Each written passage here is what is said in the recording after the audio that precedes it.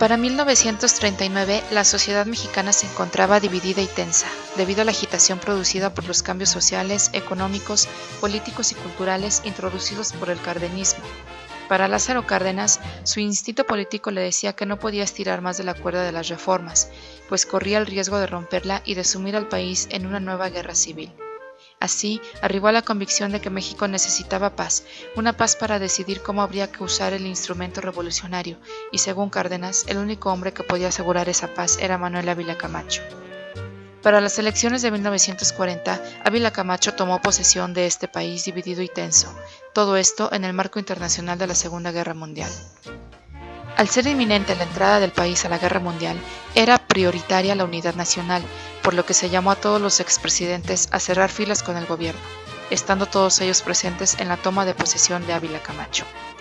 El ahora presidente propuso a las fuerzas políticas que pospusieran sus diferencias a favor del interés nacional, interpretado por el presidente bajo el lema de disciplina, unidad y trabajo, que marcó el inicio del proyecto conservador a costa de los intereses populares. La necesidad de aumentar la producción de bienes, demandados por la economía de guerra norteamericana, se impulsó un cambio para privilegiar a los productores privados y a la sustitución de importaciones, con lo que el ejido dejó de ser el centro de la economía rural. El reparto agrario disminuyó y se estancó la reforma agraria. Los nuevos distritos de riego quedaron en manos de los propietarios privados y comenzó a impulsarse la necesidad de emitir un amparo agrario para proteger a los propietarios de la reforma agraria. El artículo 3 constitucional se transformó, al modificarse el eje rector de la educación, del socialismo científico al socialismo revolucionario mexicano.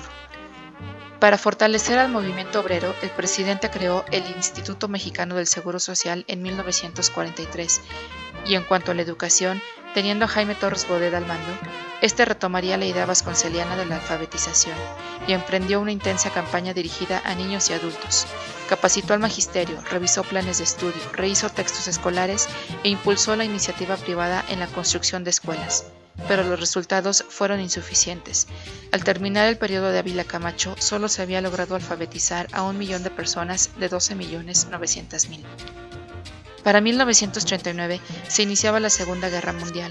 El gobierno mexicano se declaró neutral y para 1941 demostró que su posición era contraria a las potencias del eje y favorable a los Estados Unidos. Y se introdujo a esta guerra en mayo de 1942. Su pretexto fue que los submarinos alemanes que operaban en el Atlántico atacaron los barcos el Potrero del Llano y el Faja de Oro. Esta guerra mejoró las relaciones con los norteamericanos, reorientando la economía nacional hacia la exportación de materias primas, y el 20 de abril de 1943, en el Palacio de Gobierno de Monterrey, se reúnen los presidentes Manuel Ávila Camacho y Franklin Delano Roosevelt, suscribiendo el convenio llamado el Programa Bracero, mediante el cual miles de trabajadores mexicanos podrían irse a reforzar las labores agrícolas de granjeros norteamericanos. De ese encuentro, Ávila Camacho deriva en la participación directa en la Segunda Guerra Mundial, enviando al Escuadrón 201 que combatencia a los japoneses. En esta presidencia, la supeditación militar cerró su ciclo, y para asegurar que el ejército favorezca siempre al gobierno, defienda las instituciones y sea leal, Ávila Camacho donó terrenos en la Herradura, y el ejército inició la construcción de un moderno edificio sede y del Hospital Central Militar. Se apoyó a las escuelas militares de medicina e ingeniería, y se creó un fondo de ahorro con el que se crearía un banco del ejército y de la armada. En cuanto al desarrollo dependiente, en México se logró un gran paso en la economía, sobre todo en el área industrial, la protección arancelaria y los estímulos crediticios y fiscales. La nueva consigna era fabricar en el país lo que antes importaba. México, proveedor de materias primas y metales preciosos, tuvo gran despegue en áreas como la fundición, los productos metálicos, textiles, químicos, electrodomésticos y la industria de la construcción. Se habla de 4 industrias que ilustraron el despegue de las empresas mexicanas en tiempos de la guerra: el turismo, los libros, la radio y el cine. El estilo personal de Manuel Ávila Camacho había dado buenos resultados: paz con el exterior, orden en el interior, progreso en las ciudades y una sensata política de conciliación que presidía las relaciones con la Iglesia.